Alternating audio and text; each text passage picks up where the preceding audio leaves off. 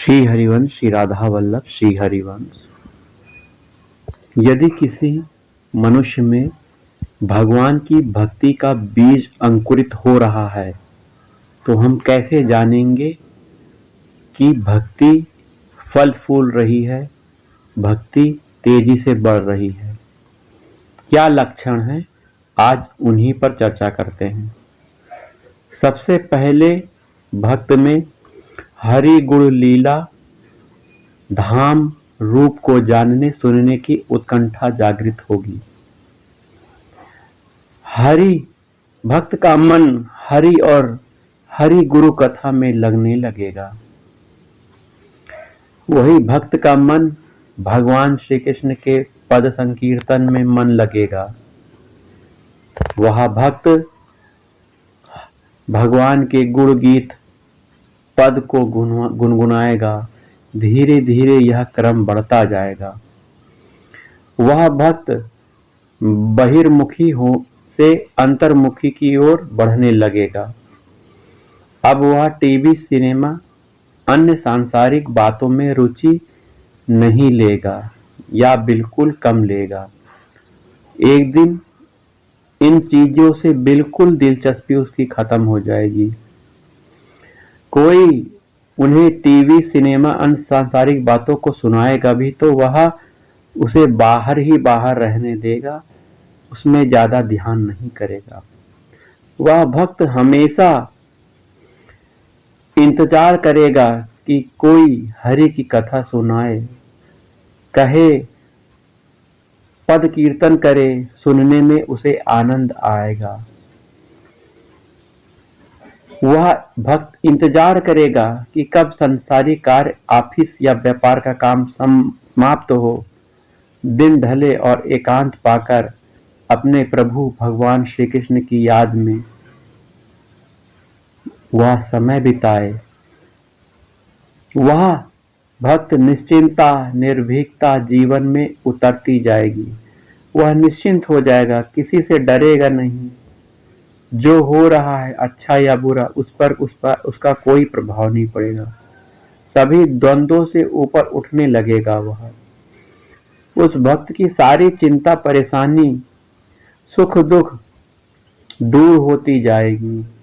परेशानी, दुख भी अपने आप वह सुख में बदलने लगेगी।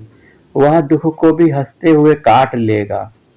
भगवान का भक्त पल पल भगवान के साथ होने का एहसास करेगा। बड़े बड़े होटलों में, जैसे 5 स्टार होटल में जाने की इच्छा उसे नहीं होगी। मॉल्स में जाने की उसकी इच्छा नहीं होगी। कहने का मतलब है कि बड़े से बड़ा सांसारिक सुख भी उसे फीका लगने लगेगा। उसमें उसको रस नहीं आएगा। रस भगवान के चरणों में, भगवान के नाम में आएगा। वह भक्त केवल उसे वही अच्छे लगेंगे जो हरि से बात करते हैं। हरि मतलब भगवान श्री कृष्ण से प्रेम करते हैं, भगवान की कथा सुनते हैं, भगवान के नाम का जाप करते हैं। ऐसे लोगों के साथ वह रहना पसंद करेगा। उसके जीवन में अहंकार समाप्त हो जाएगा। अहमता ममता भगवान के चरणों में वह समर्पित कर देगा। सब में प्रभु हैं, चाहे वह कोई भी हो, ऐसा एहसास होने लगेगा। वह मान अपमान, भय का एहसास नहीं करेगा। सबका भला हो, चाहे वह आपको पसंद करता है या ना पसंद करता है, उसके अंदर ऐसी भावना होगी। सबके साथ समान व्यवहार करेगा। किसी के साथ ऊंचा नीचा का व्यवहार वह भक्त नहीं करेगा।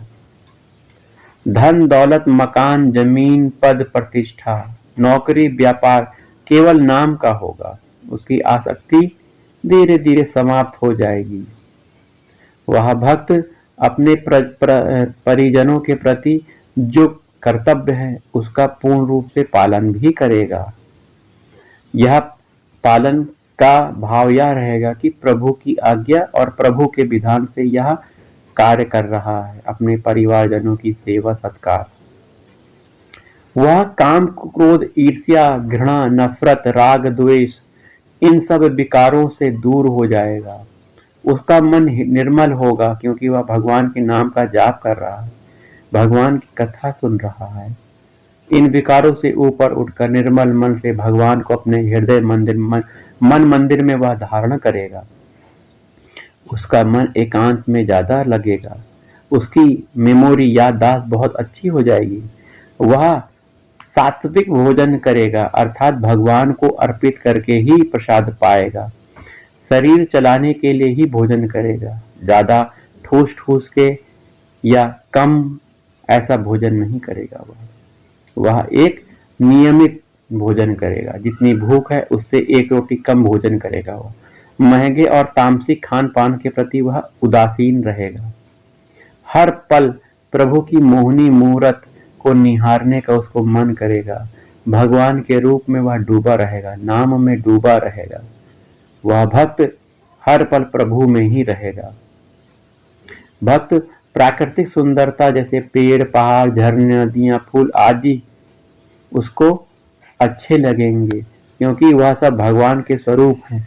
और वहां जहाँ पे वह देख रहा है पेड़ पौधों को, पहाड़ को, झरने को, नदियों को, वहां अपने प्रभु को स्थापित करेगा। वहां भाव से भगवान के साथ क्रीड़ा करेगा। ब्रजधाम, वृंदावन धाम में उसका मन लगेगा। बार बार वृंदावन धाम, ब्रज धाम की यात्रा करने का उसे मन करेगा। उसके मन से तो वह वृंदावन धाम चला जाएगा, लेकिन जैसे वह समय प्राप्त करेगा, शरीर से भी वह वृंदावन धाम, ब्रज धाम की यात्रा करेगा। पक्षी, फूलों में, जड़ चेतन में, पेड़ पौधों में, सब जगह भगवान का वह आभास करेगा, उनके होने का आभास करेगा। जब उसकी भक्ति अंकुरित हो जाएगी, तब उसके अंदर भगवान को पाने, भगवान को देखने की प्यास बहुत तेज भड़कने लगेगी। बहुत तेजी से वह छटपटाएगा कि कैसे प्रभु का साक्षात्कार हो, कैसे उनके दर्शन हो। वह भक्त भगवान के गुण लीला धाम के बारे में सुनकर आंखें भर आएंगी, आंसू आने लगेंगे। यह प्रेम मार्ग में वह प्रवेश कर चुका है। वह भक्त केवल उनको ही हर तरफ, हर वस्तु में ढूंढने की कोशिश करेगा। भगवान को ही हर जगह ढूंढेगा, हर पल उसका इंतजार करेगा। भगवान श्री कृष्ण का, श्री राधा वल्लभ लाल का इंतजार करेगा। अब वे आएंगे, अब वो हम मुझे गले लगाएंगे, वह ऐसी भावना करने लगेगा। भगवान की मोहनी रूप बार बार आंखों के सामने उसके आते रहेंगे। अपने आंखों से वह आंसू बहाता रहेगा। ठीक उसी तरह जिस तरह एक प्रेमी प्रेमिका एक दूसरे को पाने के सपने लिए इंतजार करते रहते हैं, उसी तरह भक्त अपने भगवान को पाने का इंतजार करता रहेगा, तड़पता रहेगा, उनके लिए छटपटाता रहेगा। इसके बाद उस भक्त को गुरु कृपा से कुछ इस तरह के लक्षण, जिन्हें अष्ट लक्षण कहते हैं, प्रकट होने लगेंगे। इसमें से कुछ ऐसे हैं, जरा ध्यान से सुनिएगा। जब भी वह भक्त एकांत में होगा, एकांत साधना में होगा, तो आपको अविरल आंसू उसके देखने को प्राप्त होंगे। गरम गरम आंसू अविरल अपने आप आ जाएंगे, उसे वह रोक नहीं पाएगा। उसके स्वर कंपित होने लगेंगे और वह सही से बोल भी नहीं पाएगा, बहुत देर लगेगी उसको बोलने में। गर्मी में सर्दी में कभी कभी गर्मी का अनुभव उसको होगा। रोम रोम पुलकित होगा उस भक्त का। कभी शरीर हल्का कंपित होने लगेगा, तो कभी शरीर कड़ा होने लगेगा, शरीर से खुशबूदार पसीना आने लगेगा। वह भक्त मूर्छा में भी चला जाएगा भगवान के ध्यान में, और उसके बाद जैसे प्रभु की इच्छा, भगवान जैसे उसको भाव में दर्शन दे, साक्षात दर्शन दे, ये प्रभु की इच्छा है।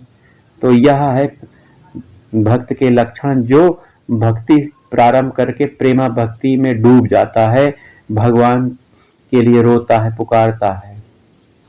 तो यदि यह लक्षण आप में है, तो आप भी भक्ति प्रारंभ करिए। भक्ति में बहुत आनंद है, आनंद कहीं नहीं संसार में, केवल भगवान की भक्ति करने में ही आनंद है।